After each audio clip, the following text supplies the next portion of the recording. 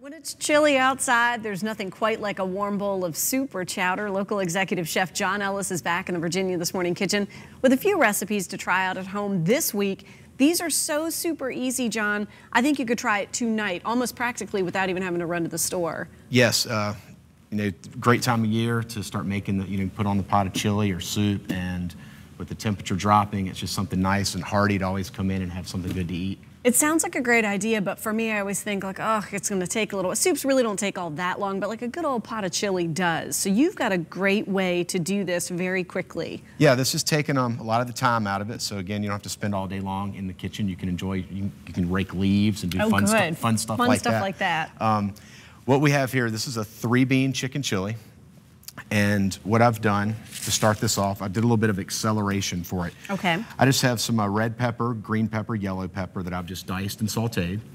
And as well, I have some chicken that has just been grilled off. It's probably about 2 pounds of chicken breast, and it's just grilled off and then chopped up. Okay, so let's pretend I had fajitas the other night and this is left over. There you go. Or you could pull chicken from a rotisserie chicken. You could do however you want to do. Okay. It's really nice if you grill it up and add like some seasoning to it, just a little salt and pepper, so the chicken has some flavor of its own. And you're using one of my favorite tools in the kitchen. Oh, the crock pot. Well, this is why Jessica. I thought you were going to say a can opener. Yeah, well, that too. That helps as well.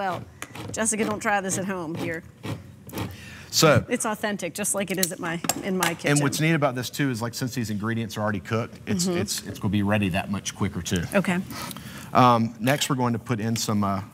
Is there going to be enough room in here? Oh yeah, we're good. We have some cream of chicken soup. I'd probably just go ahead and put about half that in there so we have enough room. I thought you were scared to let me do it again. So just half of the can. Yeah, just put half of that in there. Well, now I'm feeling a little nervous. What am I going to do with the other half? Well, if you probably have a bigger crock pot at home. Yeah. So you would load the thing up, and I would use a can of each ingredient. Okay. If we were doing this at home in a larger crock pot. Well, that's great, because this is an idea of, like, if you're cooking for 2, then it makes a more condensed version. You could just do the same with that, just about half of that. This is the pinto beans? That is pinto beans, and they started coming out with beans that have chili sauce in them, which is great because your beans are already seasoned and flavored, and it's so much easier than taking just a plain canned bean and trying to add the chili. You've basically done 2 steps. Well, that answers my next question. Do we have to drain these? And the answer to that is no. I would use the juice from this because you're getting good flavor with them. There you go. Look at you go. I got this. Same with that one. This one's mild chili sauce. Yep. So two beans. Uh-oh, we're getting close. We're going to make it. Okay. And the black beans do not have the chili seasoning, so I am going to strain some of that liquid out. Okay. And that'll be for your black beans right there. Okay. And then we would add a packet of chili seasoning. Now, how much stirring do I need to do? A gentle, just barely to mix it, because the chicken soup is going to start cooking down and it's going to loosen up a little bit. I don't add any water to that until you see how much water you're going to need. The can gives you the directions of doing, adding a 1 can of water, just like you were making the soup at home. But I don't think that it needs that much because you want this to be thick. And you did a half a packet or whole packet? Of this? I would do a half packet for this half batch, because we're doing a little half batch. All right. I like it. That's really great. Because, let's be honest, sometimes when I make a giant vat of chili, I go ahead and I freeze the rest of it because you can only eat leftovers for so long. That's right. So this is good. Okay, guess what? Presto changeo. Boom. Get it off the rims here. Use a paper towel if need be. Got it. Got it? I did take that pretty from well. you. Okay. Out of the danger zone. Ready? Dinner is on. How long? Chili's going.